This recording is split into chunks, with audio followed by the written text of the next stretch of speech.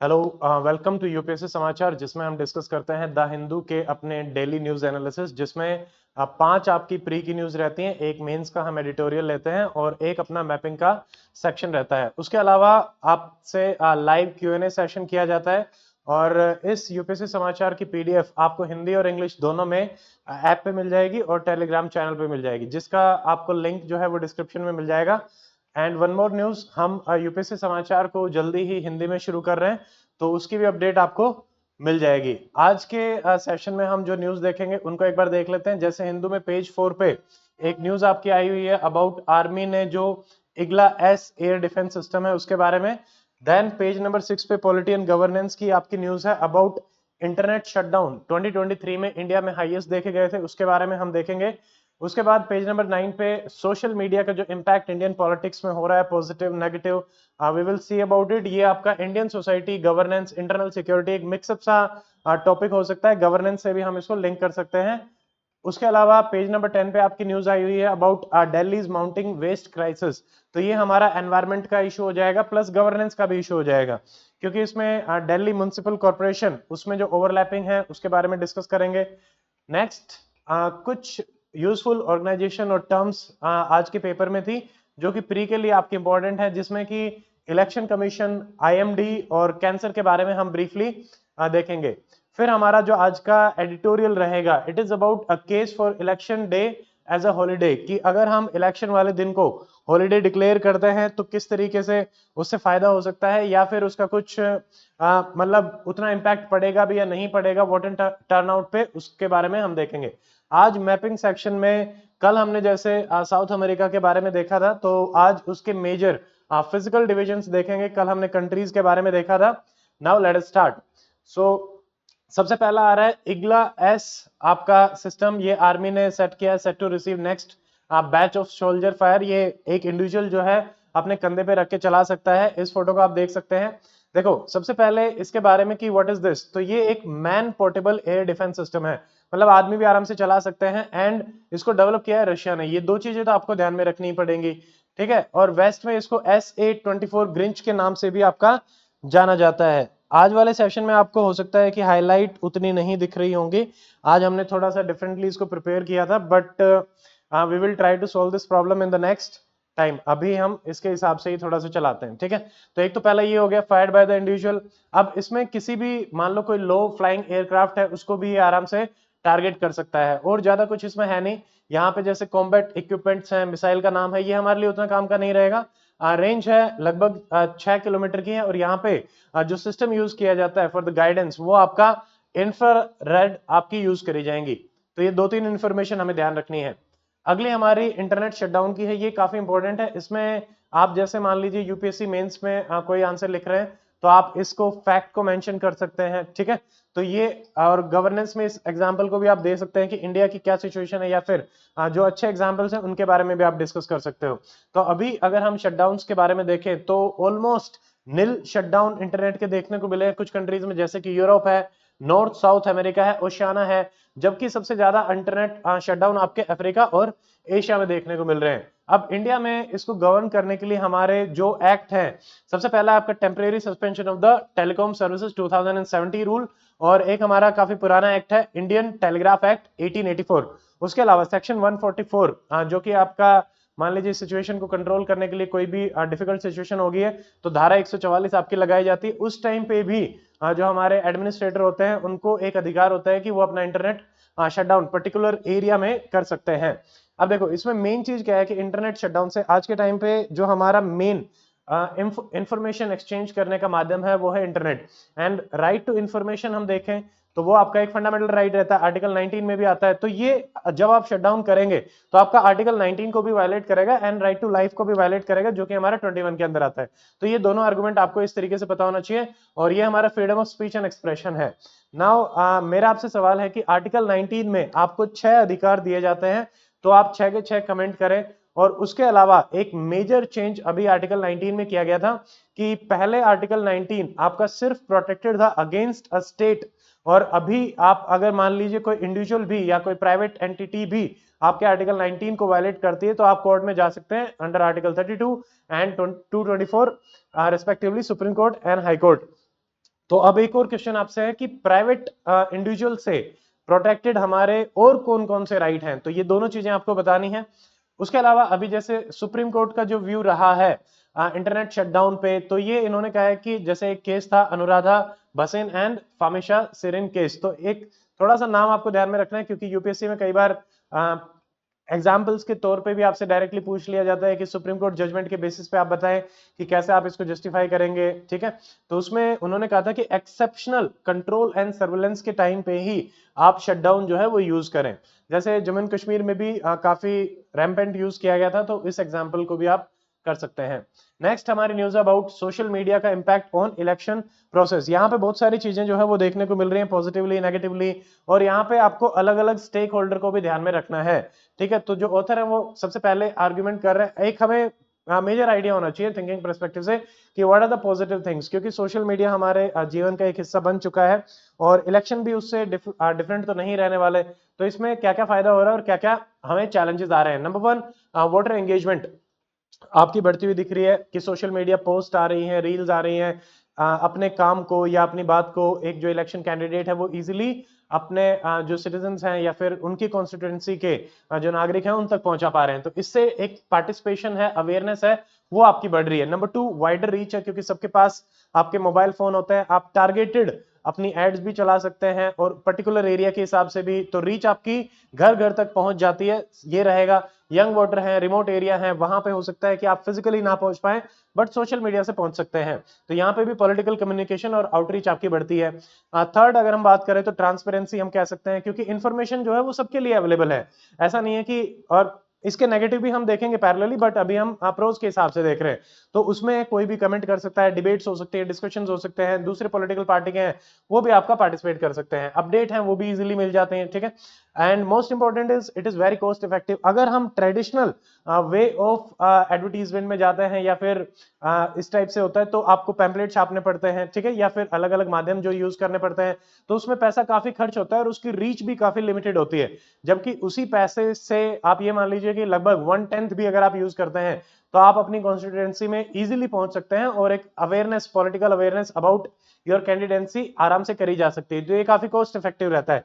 But इसमें भी एक इसका ऑपोजिट वो आएगा कि जिस टाइप से कैंपेनिंग होती है और उसमें जो टारगेटिंग होती है, डिपेंडिंग अपॉन द डाटा जो आपके पास अवेलेबल है, उसको टारगेट करना इट इज वेरी डिफिकल्ट। अगर आप जनरलाइज टारगेट करेंगे तो जैसे मान लीजिए अलग अलग पॉलिटिकल पार्टीज हैं, जैसे आईपैक है, प्रशांत किशोर की पहले होती थी, तो उसमें वो क्या करते थे कि टारगेटिंग इस हिसाब से रहता था कि यंग जो इंडिविजुअल हैं उनके लिए एक अलग टाइप की एड बनेगी, ठीक है, ओल्ड इंडिविजुअल है उनके लिए अलग रहेगा, वुमेन को एक अलग टाइप की एड दिखेगी। तो वो सारी चीजें अगर आप करने जाते हैं तो आपको उसके लिए एक टीम भी चाहिए, स्किल्ड टीम चाहिए, तो वहां पे थोड़ा सा जो कॉस्ट इफेक्टिव वाला पॉइंट है उसको चैलेंज करेगा। तो जिनके पास पैसे होंगे वो और इफेक्टिव माइक्रो टारगेटिंग आपका कर सकते हैं, जो कि एक हो सकता है कि नॉर्मल कैंडिडेट के लिए पॉसिबल नहीं है। उसके अलावा पॉलिटिकल डिस्कोर्स आप आराम से डिबेट, डिस्कशन, ओपिनियन ले भी सकते हैं। जैसे मान लीजिए आपने कोई फॉर्म फिलअप करवाया या फिर ओपिनियन मांगे लोगों से भी, तो easily it is very easy social media के केस में। अब हम बात करते हैं कि कॉन्स क्या रहेंगे सोशल मीडिया के यूज करने के। सबसे इंपॉर्टेंट तो यही है कि मिस इन्फॉर्मेशन फैलने का काफी ज्यादा चांस रहता है, फेक न्यूज होगी, पेड न्यूज होगी। अब हमें कई बार नहीं पता चलता है, उतनी अवेयरनेस नहीं रहती, तो यहाँ पे एक पॉइंट ये भी आता है कि डिजिटल लिटरेसी अबाउट कि कैसे हम इसको देखें, या आपके पास कोई भी न्यूज आई है तो उसको आपको वेरीफाई कैसे करना है वो भी आपको पता रहना चाहिए। तो अवेयरनेस जरूरी है। तो यहाँ पे फेक न्यूज, रूमर्स आपके आ जाते हैं, तो उससे नेक्स्ट थिंग इज पोलराइजेशन होने के चांसेस भी काफी ज्यादा रहता है, जैसे इको चैम्बर्स या फिर फिल्टर बबल्स। फिल्टर बबल मतलब आपके पास इंफॉर्मेशन जो है वो बहुत ही फिल्टर होकर पहुंचती है, आपको सारी इंफॉर्मेशन नहीं पता चलती। जब आपके पास सारी इंफॉर्मेशन नहीं है तो क्या आप एक इन्फॉर्म डिसीजन ले सकते हैं? तो that is not possible at all. और ऐसे ही इको चैम्बर होते हैं कि एक ही चीज आपको बार बार दिखाई जाती है। तो जैसे ऐसा बोला भी जाता है कि अगर मान लो एक ही झूठ को आप 100 बार बोलेंगे तो वो सच लगने लग जाएगा, तो इस टाइप से इको चैम्बर्स आपके क्रिएट करे जाते हैं। जैसे आपने बार बार एक टर्म भी सुनी होगी व्हाट्सएप यूनिवर्सिटी, तो उसमें बहुत सारी इंफॉर्मेशन ग्रुप्स में फॉरवर्ड होती है और उसको फेस वैल्यू पे ही ट्रू भी मान लिया जाता है। तो उसमें क्योंकि वेरीफाई करने का भी टाइम किसी के पास नहीं होता और वो किसी ट्रस्टेड बंदे से ही आई होती है अपने फ्रेंड से, बट वो भी वेरीफाई नहीं करता, तो इस तरीके से इंफॉर्मेशन और ज्यादा सर्कुलेट होती है। Next is you can easily manipulate also, क्योंकि मान लो फेसबुक पे हैं आप, इंस्टाग्राम पे हैं, वहां पे लाइक और डिसलाइक होते हैं, उसके बेसिस पे ये भी इजिली पता चल जाता है कि इस पर्टिकुलर आदमी की आइडियोलॉजी, ओपिनियंस किस टाइप के होंगे और उसको किस टाइप की इंफॉर्मेशन आपको दिखानी है। तो मैनिपुलेट करना मिस इन्फॉर्मेशन से भी, ठीक है। और फॉरेन इंटरफेरेंस भी यहाँ पे एक पॉइंट आपका आ सकता है कि वो भी इजीली मैनिपुलेट कर सकते हैं। मान लो चाइना है, यूएसए है, वो हमारे इलेक्शंस को मैनिपुलेट करना चाहते हैं। जैसे ये एक एग्जांपल आया भी था, कैम्ब्रिज एनालिटिका की एक रिपोर्ट आई थी जिसमें कि बताया गया था कि यूएसए के जो इलेक्शंस है उसमें रशियन इन्फ्लुएंस भी काफी हद तक देखने को मिला था। तो फॉरेन कंट्रीज भी कर सकती है, उनके लिए काफी इजी हो जाता है। प्राइवेसी के भी कंसर्न है, वोटर जो है उसकी जो इन्फॉर्मेशन है वो भी आपकी आउट हो सकती है। प्लस जो टारगेटेड एडवर्टाइजिंग है उससे भी, ठीक है, माइक्रो टारगेट किया जाता है। माइक्रो टारगेट मतलब एक वोटर को या फिर एक सेक्शन को भी इजिली टारगेट कर सकते हैं। एक और बड़ा कंसर्न है, दैट इज डिजिटल डिवाइड। देखिए हर आदमी के पास उस टाइप से एक्सेस भी नहीं है। अगर हम जेंडर पर्सपेक्टिव से देखें, कास्ट, रिलीजन या फिर रीजन पर्सपेक्टिव से देखें, तो ये सबसे बड़ा मुद्दा रहेगा कि बाकी उसका क्या, जिसके पास वो पर्टिकुलर इंफॉर्मेशन नहीं पहुंच सकती, ठीक है। रूरल एरिया और अर्बन एरिया में भी काफी बड़ा डिवाइड इस चीज में देखने को मिलता है, तो वो भी एक पॉइंट आपका हो जाएगा। और कुछ टर्म्स आप यूज कर सकते हैं कि जैसे मैन्युफैक्चरिंग द ओपिनियंस, तो बार बार आपको इंफॉर्मेशन दिखा के एक पर्टिकुलर टाइप के आपके ओपिनियंस को उस तरीके से मोल्ड कर दिया जाता है, ठीक है। Also it is very difficult to trace.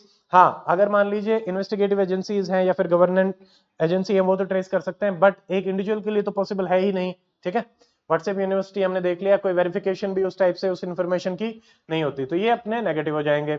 Next हमारी न्यूज है अबाउट दिल्लीज जो सीवेज मैंने सॉलिड वेस्ट मैनेजमेंट सिस्टम है उसके बारे में। तो गाजीपुर जो लैंडफिल है वो भी काफी फेमस है इसमें, और काफी न्यूज में आता भी रहता है इसमें। 1 सेकेंड, देखिए लगभग 2011 की अगर हम सेंसस देखते हैं तो दिल्ली की जो पॉपुलेशन है वो अप्रोक्सीमेटली थी 1.7 करोड़, जो कि अभी लगभग 2.5 करोड़ के आसपास हो गई है। अगर डेली बेसिस पे हम देखें तो 1400 ट्रक लोड का वेस्ट आपका जनरेट होता है और 42 लाख टन पर एनम सिर्फ और सिर्फ दिल्ली से होता है। इस टाइप के कुछ कुछ फैक्ट आप अपने तैयार करके रखें। मान लीजिए सॉलिड वेस्ट मैनेजमेंट में कोई क्वेश्चन आया, आपको कोई केस स्टडी कोट करनी है, तो उसमें आप एक फैक्ट बताएंगे तो वो काफी अच्छा इंप्रेशन आपके आंसर में देगा। उसके अलावा 90% जो वेस्ट कलेक्शन है उसकी रिस्पॉन्सिबिलिटी 3 म्युनिसिपल कॉर्पोरेशन की है। नंबर 1 जो आपकी म्युनिसिपल कॉर्पोरेशन दिल्ली की है, नंबर 2 दिल्ली कैंटोनमेंट है, एंड नंबर 3 जो न्यू दिल्ली की म्युनिसिपल कॉर्पोरेशन है उनकी, ठीक है। अब इसमें जैसे देखिए वेस्ट कंपोजिशन में जो मेजर आपका पार्टिसिपेशन या रहता है वो सबसे ज्यादा है आपका बायोडिग्रेडेबल वेस्ट, जो कि 50 से 55% रहता है। नेक्स्ट 35 पे नॉन बायोडिग्रेडेबल है, फिर इनर्ट वेस्ट आता है लगभग 10%। अब यहाँ पे एक मेजर इश्यू हमारे पास ये भी रहता है कि even at the level of source जो सेग्रीगेशन है बायोडिग्रेडेबल एंड नॉन बायोडिग्रेडेबल का, वो नहीं होता, और उसकी वजह से मिक्सअप काफी होता है और इन्फेक्शन भी फैलने के चांसेस रहते हैं। तो उसको बाद में जब सेग्रीगेट किया जाता है तो वो काफी मतलब उतना कॉस्ट इफेक्टिव भी नहीं रहता और करते भी नहीं है, तो इसीलिए लैंडफिल आपके बढ़ते रहते हैं। मेजर चैलेंजेस हमारे पास क्या है, सबसे पहला तो यही जो अभी हमने डिस्कस किया कि waste segregation at source is not happening. तो इसमें आप इंदौर की केस स्टडी, भोपाल की केस स्टडी दे सकते हैं।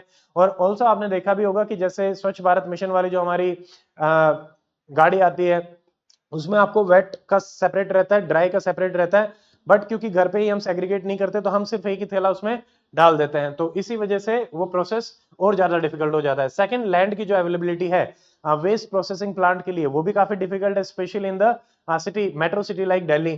पब्लिक अवेयरनेस एंड प्रैक्टिसेस, ये एक कॉमन चीज रहेगी। देखो किसी भी आंसर में आप अवेयरनेस है, अवेलेबिलिटी, अफोर्डेबिलिटी, ये 4-5 ए जो है वो आराम से डाल सकते हैं, तो लोग भी उतने अवेयर नहीं है। इनएडुकेट कलेक्शन की सर्विसेज हैं, इलीगल डंपिंग भी आपकी काफी होती हैं, आपके विसिनिटी में भी मिल जाएगा, और ये भी इलीगल डंपिंग से ही होते होते इतना ज्यादा बढ़ गया है, ठीक है। अब इसमें क्या है कि रिसेंटली आपके 2022 में वेस्ट के अपने रूल्स आए थे, तो वेस्ट मैनेजमेंट रूल उनको हम देख लेते हैं। जैसे सबसे पहला यहाँ पे आपका जो प्लास्टिक है उसको क्लासिफाई किया गया कि अलग अलग कैटेगरी के प्लास्टिक रहेंगे, कैटेगरी 1, 2, 3, 4। जैसे 1 में आपके रिजिड प्लास्टिक पैकिंग है, जो काफी रिजिड रहते हैं, ठीक है। सेकंड में आपके फ्लेक्सिबल टाइप के रहते हैं, जैसे प्लास्टिक शीट होगी आपकी, ठीक है। इनको तो आप मोल्ड नहीं कर सकते, इनको आप मोल्ड भी कर सकते हैं। कैरी बैग हो गए। नंबर 3 में हमारे मल्टी लेयर प्लास्टिक्स आते हैं, एंड नंबर 4 में आपके कंपोस्टेबल प्लास्टिक आते हैं, तो ये इजी टू डिग्रेड हो जाएंगे, ठीक है। फिर इसमें एक और चीज बताई गई कि जैसे प्लास्टिक पैकेजिंग है उसमें कौन सा मटेरियल आपका यूज किया जाएगा, ठीक है, इसकी भी गाइडलाइंस आपकी आई।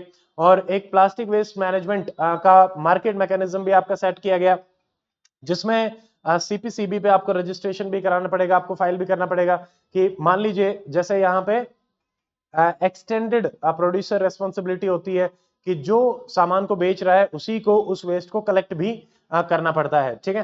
एनवायरमेंटल कंपनसेशन की भी बात करी गई कि जो पोल्यूटर है, पोल्यूटर्स पे प्रिंसिपल इसको हम बोलते हैं, तो उसी को फिर पे करना पड़े।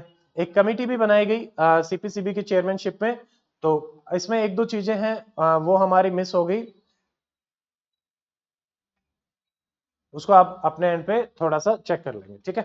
अब अगला देखिए, जो मेजर ऑर्गेनाइजेशन थी उसमें सबसे पहले हमारा आता है इलेक्शन कमीशन ऑफ इंडिया। अब यूपीएससी प्री में इसमें इस टाइप से सवाल बनता है कि जैसे मान लो आपको कोई भी बॉडी दी जाती है, नंबर 1 उसका काम क्या है, किस आर्टिकल में वो मेंशन है, या किस टाइप की वो बॉडी है, कॉन्स्टिट्यूशनल है, स्टैट्यूटरी है। जैसे पहले भी हमने एनएचआरसी के बारे में देखा था, जो कि एक स्टैट्यूटरी बॉडी है, या फिर नेशनल कमीशन फॉर माइनॉरिटी है, national commission for protection of child right है, तो उनके बारे में आपको पता होना चाहिए।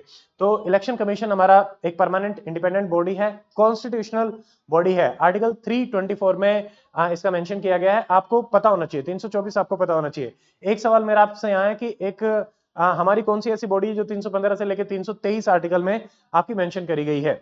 उसके बाद जब इलेक्शन कमीशन ऑफ इंडिया जो है वो मेजरली आपके मेंबर ऑफ पार्लियामेंट के, मेंबर ऑफ लेजिस्लेटिव असेंबली के इलेक्शन आपके कराता है, उसके अलावा प्रेसिडेंट एंड वाइस प्रेसिडेंट। अब आपके दो इलेक्शन बचते हैं, जिसमें कि आपका पंचायती राज इंस्टीट्यूशन है एंड अर्बन लोकल बॉडी, जिसके इलेक्शन आपका स्टेट इलेक्शन कमीशन कराता है, जो कि आपका 74th कॉन्स्टिट्यूशनल अमेंडमेंट में आया था। अब इसी में 342 जो है वो आपका सीईसी के अपॉइंटमेंट के लिए बोलता है और इलेक्शन कमीशन के अपॉइंटमेंट के लिए बोलते हैं। यहाँ पे टेन्योर जो है, अभी रिसेंटली एक बिल आया था जिसमें कि अपॉइंटमेंट को लेके भी कि आपकी एक कमेटी रहेगी, सर्च कमेटी रहेगी, और अपॉइंटमेंट के लिए 3 मेंबर की कमेटी रहेगी जो कि रिकमेंडेशन करती है, जिसमें कि 2 गवर्नमेंट के हो गए, एक आपका लीडर ऑफ अपोजिशन हो गया, और उसको लेके भी काफी इश्यूज चल रहे थे। उसके बारे में आप थोड़ा सा अपने एंड पे सर्च करेंगे, क्योंकि वो मेंस के हिसाब से भी काफी इंपॉर्टेंट है। नेक्स्ट इज, जैसे जो टेन्योर है 665 में आपका टेन्योर रहता है, और जो जज होते हैं सुप्रीम कोर्ट के, उसी के हिसाब के इनको सैलरीज और पर्क्स अवेलेबल रहते हैं।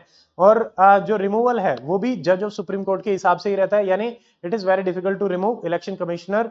और इसमें बट एक चीज होती है कि जो इलेक्शन चीफ इलेक्शन कमिश्नर है उसको तो सुप्रीम कोर्ट जज वाली प्रोटेक्शन है, बट जो बाकी 2 इलेक्शन कमिश्नर है उनको ये नहीं होती। तो जब हम रिफॉर्म्स में बात करते हैं तो ये एक हमारा पॉइंट रहता है कि बाकी जो इलेक्शन कमिश्नर्स हैं दो, उनको भी ये प्रोटेक्शन आपकी दी जानी चाहिए।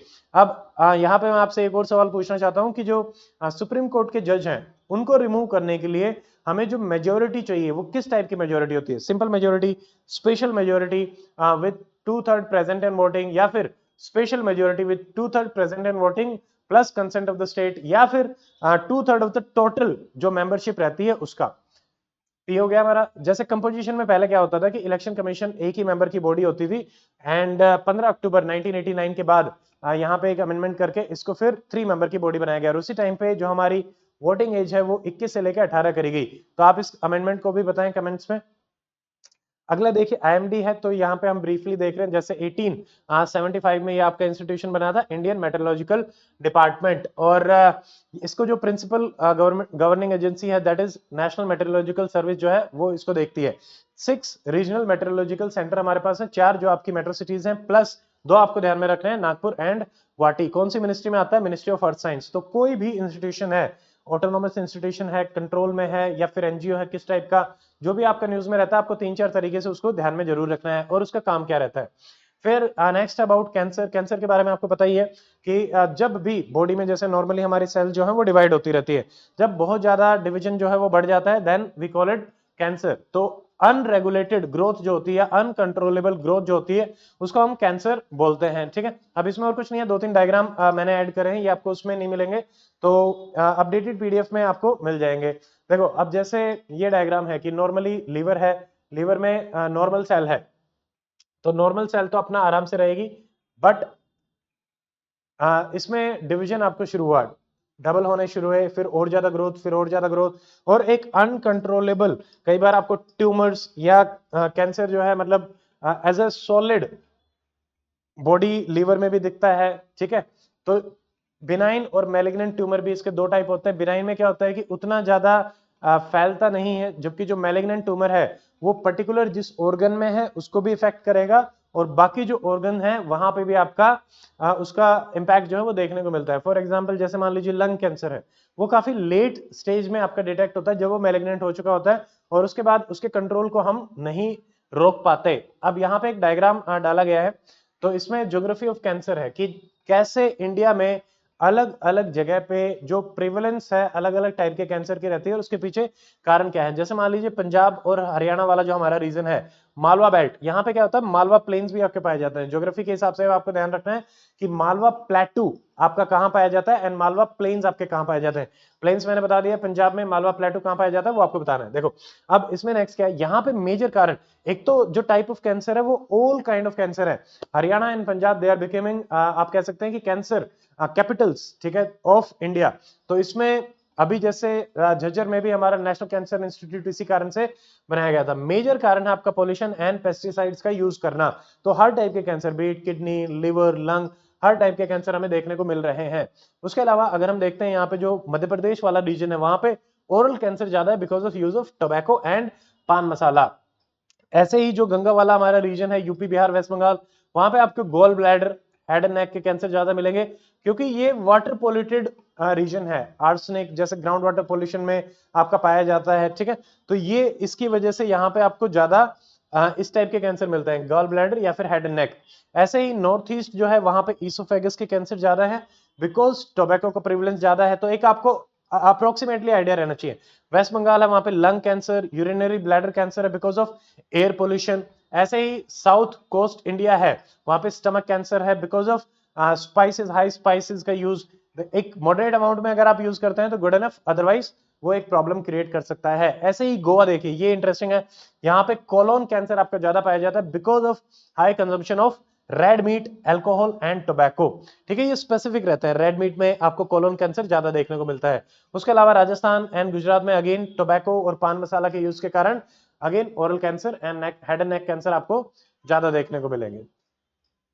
तो ये हमारे लगभग जो 5 न्यूज थी वो हो गई हैं। अभी हम देख लेते हैं एडिटोरियल। आज के एडिटोरियल में जो बात करी जा रही है, election day as a holiday आपका कैसे डिक्लेयर किया जाता है। अब यहाँ पे देखिए क्या क्या चीजें हैं। एक तो आपकी गवर्नमेंट है जो आपको चाहती है कि आप वोट करें, और फिर हमारे जो डेमोक्रेटिक स्ट्रक्चर है उसमें भी मतलब इट बिकम्स अवर ड्यूटी कि हमें वोट करना चाहिए। तो एक इंडिविजुअल भी है जिसको वोट करना है, एक गवर्नमेंट है, और एक एम्प्लॉई है, क्योंकि मेजोरिटी जैसे मान लीजिए आप कहीं भी काम कर रहे हैं तो वहां पे एज अ हॉलीडे डिक्लेयर करना, तो दो चीजें आएंगी कि जो आपको एम्प्लॉई है वो उसका जो डिसीजन है कि भाई मतलब उस पर आप कुछ चीजें थोप तो नहीं रहे, और सेकंड चीज यही है कि इलेक्शन में जो वोटर पार्टिसिपेशन है वो हमारा कैसे इंक्रीज हो सकता है। तो ये ऑथर है अमेरिकई वी नारायण, इन्होंने लिखा है, and INC Indian national Congress के ये एक कॉलमनिस्ट है, मतलब सॉरी राइटर है। तो देखो सबसे पहले ये आर्ग्यू कर रहे हैं कि it is our fundamental duty. देखो इवन दो ये हमारी फंडामेंटल ड्यूटीज 51 ए में मेंशन नहीं है, ये वैसे बोला गया है, ठीक है। हमारी 11 फंडामेंटल ड्यूटी होती है, वैसा कुछ भी नहीं है, ठीक है। बट कुछ कॉन्स्टिट्यूशन है जहां पे इसके बारे में बात करी गई और वोटिंग मैंडेटरी भी है, ठीक है। जैसे साउथ अफ्रीका है, साउथ कोरिया है, फ्रांस है, वहां पे हॉलीडे भी आपको प्रोवाइड किया जाता है। अब यहाँ पे सबसे इंपॉर्टेंट जो डिबेट है हमारी, it is about MSMEs. MSME से कोई भी देखो, अब दोनों के लिए बर्डन है। जो आपका इंडिविजुअल है वो अगर छुट्टी लेके जाएगा तो उसको उस दिन की वेज नहीं मिलेगी, ठीक है। तो ये वन सेकंड,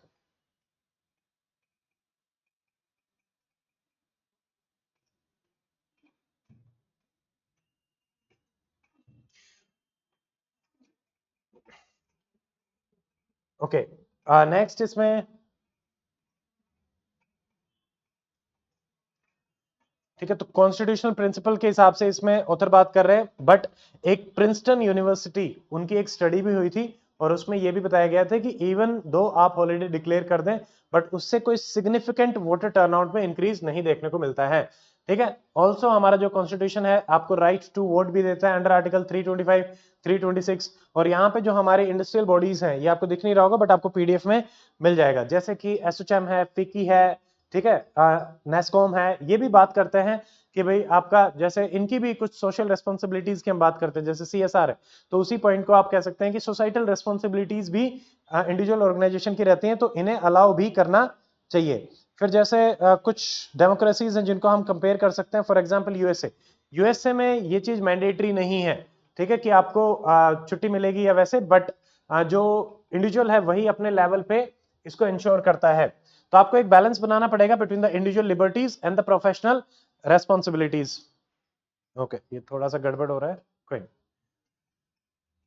तो इस आर्टिकल में इसमें जो कंटेंट में डाल रखा है वो मैंने ऊपर मार्क कर लिया था, तो इसमें मार्क नहीं कर रखा है। तो प्राइवेट सेक्टर का भी है, जैसे कुछ और कंट्रीज में अगर हम ट्रेंड देखें, जैसे ऑस्ट्रेलिया है, वहां पे मैंडेटरी है, यूएसए में मैंडेटरी नहीं है। प्रिंसटन यूनिवर्सिटी वाला मैंने आपको एक्सप्लेन कर दिया है। तो आपको एक बैलेंस बनाने की आवश्यकता है।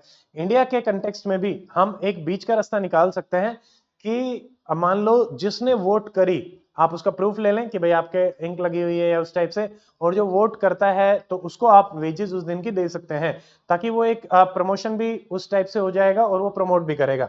अब एक और सवाल मैं आपसे पूछना चाहता हूं, वैसे मैंने इसमें पॉइंट डाल दिए हैं कि how can we improve voter turnout. अब इसमें स्टेक होल्डर्स हो सकते हैं कि जैसे एक इंडिविजुअल है, उसमें आप कैसे इंप्रूव करना चाहेंगे, फैमिली लेवल पे हम क्या कर सकते हैं वोटर टर्नआउट को इंक्रीज करने के लिए, स्कूल लेवल एजुकेशन में क्या रोल हो सकता है, सिविल सोसाइटी का क्या रोल हो सकता है, and the most important is leaders का क्या रोल हो सकता है, political leader, social leader, religious leader. और यहाँ पे कई बार हम जैसे मान लीजिए रिलीजियस लीडर जो है उनसे कई बार कम्युनलिज्म और नेगेटिवली इस चीज को अटैच करते हैं कि, बट इंडिया में जैसे जो सेकुलरिज्म हम प्रैक्टिस करते हैं, इट इज अबाउट कि politics and religion they go together, उतना बिल्कुल स्ट्रिक्ट सेपरेशन नहीं होता है। तो उनका क्या एक पॉजिटिव रोल हो सकता है। और एक एग्जाम्पल आप बताएं कि नेगेटिवली भी कैसे यूज किया जा सकता है रिलीजियस लीडर को, क्या कोई रीसेंट एग्जाम्पल आप इसमें कोट कर सकते हैं। देखो, अब आज का हमारा लास्ट सेक्शन है अबाउट द मैपिंग। तो यहाँ पे हम साउथ अमेरिका, उसके जो मेजर मैप्स हैं उनको अपन देखेंगे। जैसे यहाँ पे पैसिफिक कोस्टल स्ट्रिप जो है उसके बारे में we will see, mountain ranges, central lowland and eastern highland. अब जो पैसिफिक स्ट्रिप है ये आपकी लगभग 80 किलोमीटर तक की वाइड रहती है, but sometime it is 8 metre narrow also. यहाँ पे जैसे जो रिवर है वो आपकी ड्रेन करती हैं, और रिवर एक फजोर्ड्स बनाती हैं। अभी एक डायग्राम आप दिखा देते हैं। देखो ये जैसे रिवर है, तो ये जो एंट्री है ये फजोर्ड आपके रहेगा, ठीक है, तो ये बनाती हैं इधर। तो ज्योग्राफिकल में कि भाई इनकी क्या इंपॉर्टेंस हो सकती है, उस हिसाब से भी आप इसको प्रिपेयर कर सकते हैं। उसके अलावा जैसे यहाँ पे अपने पास क्या क्या है, ये हमने कल भी देखा था, जैसे अमेजन बेसिन है, ठीक है, गिनी हाईलैंड है, लेनोज है, एंडीज है, हमारा रॉकीज ऊपर है, एंडीज है, बीपी, बोलिविया, पैराग्वे, ये हमने देखे थे कल कि दो आपकी जो लैंडलॉक कंट्री हैं वो ये दोनों आपको ध्यान में रखनी है। पंपास है, प्रेरीज आपके नॉर्थ अमेरिका में मिलते हैं, पंपास हमारे यहाँ मिलते हैं। पैटागोनिया डेजर्ट भी हमने देखा था, ठीक है, फ्लैकलैंड आइलैंड भी कल हमने देख लिए थे। एक स्ट्रे है यहाँ पे, स्ट्रेट ऑफ मालेगा, मागेलन, मागेलन, ठीक है, तो ये भी आप ध्यान में रखेंगे। ये लोकेशंस के हिसाब से आपको ध्यान में रखनी है। अब एंडीज जो माउंटेन रेंज है उसके बारे में हम देख लेते हैं। देखो, सबसे पहला ये सेकंड हाईएस्ट माउंटेन रेंज आपकी पाई जाती है आफ्टर हिमालयाज। अब यहाँ पे एक छोटी सी ट्रिक है, हाउ, हाउ क्या है, HAU, Himalayas, Urals, Andes and Ural, ठीक है, यूरल माउंटेन, ये आपके फोल्ड माउंटेन्स होते हैं और काफी लंबी रेंजेस होते हैं। तो यहाँ पे अर्जेंटीना में दो आपके जैसे एक एक्सटिंक्ट वोल्केनो काफी फेमस पाया जाता है, mount Aconcagua and mount Ojos del Salado, ये हाईएस्ट एक्टिव वोल्केनो है अर्जेंटीना का, ये ध्यान रखना है। उसके अलावा यहाँ पे 7 कंट्रीज हैं जिसमें एंडीज रेंजेस आपकी एक्सटेंड करती हैं, Venezuela, Colombia, Ecuador, Bolivia, Peru, Chile, तो आपके सारे के सारे वेस्टर्न साइड में हो जाएंगे, एंड अर्जेंटीना। देखो ये मैंने डायग्राम इसलिए डाला है कि हमारा ज्योग्राफी में जब हम पढ़ते हैं कॉन्टिनेंटल ड्रिफ्ट थ्योरी, तो आपका जैसे जो साउथ अफ्रीका है उसकी जो कोस्ट लाइन है एंड जो साउथ अमेरिका उसकी कोस्ट लाइन है, they just match to each other, तो वो ये एक चीज को प्रूव करता है। उसके अलावा भी बहुत सारे एविडेंसेस हैं कि सारी मैच करके, पहले एक लैंड मास होता था जिसको हम पैंजिया बोलते थे, और एक आपका ओशन होता था जिसको हम पैंथालासा बोलते थे। तो ये एक ब्रीफ इंफॉर्मेशन मैंने वैसे आपको दी है, आप इसमें अलग अलग जैसे कॉन्टिनेंटल ड्रिफ्ट थ्योरी में इस टाइप से आप डायग्राम भी डाल सकते हैं कि उसको प्रूव करने वाले क्या पॉइंट होंगे। देयर आर 4-5 पॉइंट, वो आप कमेंट करके भी बता सकते हैं, एक दो मैं बता देता हूं। जैसे कि फॉसिल्स हैं, तो फॉर एग्जांपल साउथ अमेरिका में, ये इन्होंने रिप्रेजेंटेटिव से बना रखा है कि साउथ अमेरिका में जो फॉसिल मिल रहे हैं वो यहाँ पे भी आपको अफ्रीका में देखने को मिल रहे हैं। ठीक है, कुछ फॉसिल इधर मान लीजिए south America, Africa, India, Antarctica, Australia, सब जगह देखने को मिल रहे हैं। तो इट शोज कि वो भी एक का ही कॉमन हिस्सा आपका रहता था। ठीक है, उसके अलावा माउंटेन रेंजेस में हमारा जो है मतलब पूरे कॉन्टिनेंट में आपका एंडीज तो है ही, और लास्ट में हमने क्या देखा था, स्टेट ऑफ मैगलन। मैगलन आपका रहेगा, इस्थमस है, इस्थमस ऑफ पनामा भी है, ये भी आपका नीचे रहेगा। हाउ मैंने आपको बता ही दिया है। लॉन्गेस्ट माउंटेन रेंज है, हाईएस्ट माउंटेन यहाँ पे क्या है, अकोंकागुआ, अर्जेंटीना, चिली बॉर्डर पे ये 6962 मीटर के आसपास ये है। और ये आपका पैसिफिक रिंग ऑफ फायर का भी हिस्सा रहता है। अब पैसिफिक रिंग ऑफ फायर हमारा मेजरली किस चीज से लिंक रहता है, देखो यहाँ पे जब कॉन्टिनेंटल कॉन्टिनेंटल, ओशियानिक ओशियानिक, ये अलग अलग तरीके से कन्वर्जेंस होता है, तो आपके अर्थक्वेक, वोल्केनोज, ठीक है, ये जनरेट होते हैं। तो पैसिफिक रिंग ऑफ फायर, जैसे मान लीजिए ये साउथ अमेरिका है, ये अपना नॉर्थ अमेरिका है, तो ये यहाँ से एक्सटेंड करते हुए पूरा आपका जाती है, बैरिंग स्ट्रेट वाला देख लो, ठीक है, और इधर चाइना, और इधर से लेके साउथ ईस्ट एशिया, तो ये आपका एक्सटेंड करती है। यूपीएससी में ऑलरेडी मेंस में ये सवाल आपका पूछा जा चुका है। उसके अलावा जैसे यहाँ पे अलग अलग ट्रेंचेस है, कुर्ले, एल्यूशियन, जापानीज, ठीक है, मैरियाना ट्रेंच जो कि इस पैसिफिक ओशन में वेस्ट में पाई जाती है, टोंगा ट्रेंच होगी, ये भी न्यूज में थी। तो ये आपसे पूछा जा सकता है डायरेक्टली लोकेशन के परस्पेक्टिव से और मेंस के परस्पेक्टिव से। यहाँ पे एक और चीज होती है, हॉटस्पॉट वोल्केनोज, तो नीचे से जो मैग्मा निकलता है वो आपके चेन ऑफ आइलैंड्स बना देता है। ठीक है, तो बनता है, फिर वो जैसे प्लेट जो है वो सरकती है, एक कन्वेयर बेल्ट की तरह ये मूव करता है। तो जो जैसे एल्यूशियन, ठीक है, कुर्ले, ये जो आइलैंड्स है, they are chain of islands, तो वो किसकी वजह से बनता है, हॉटस्पॉट वोल्केनो की वजह से। तो इस ये आपका मेंस के हिसाब से भी इंपॉर्टेंट रहेगा और प्री के हिसाब से भी। ठीक है, उसके अलावा यहाँ पे जैसे फ्रीक्वेंट अर्थक्वेक देखने को मिलते हैं, एक एग्जांपल है माउंट कोटापेक्सी, माउंट चिम्बोराजो, ये एक्टिव वोल्केनो है। ठीक है, तो ये इक्वाडोर में आपके पाए जा रहे हैं, जैसे चिम्बोराजो एंड कोटापेक्सी। ठीक है, तो ये आप देख सकते हैं, इन एग्जांपल्स को आप अपने प्री और मेंस दोनों के हिसाब से रखेंगे। उसके अलावा जैसे रेगुलर आंसर्स, निकी री, ये काफी अच्छे आंसर्स दे रहे हैं, तो आई जस्ट वांट टू से कि good job and keep it up. और बाकी लोग भी ट्राई करें आंसर्स देने का। And if you like this session, please give it a thumbs up and subscribe to the channel. See you in the next video again in UPSC Samachar tomorrow. Till then, stay fit, stay healthy. Goodbye. Jai Hind.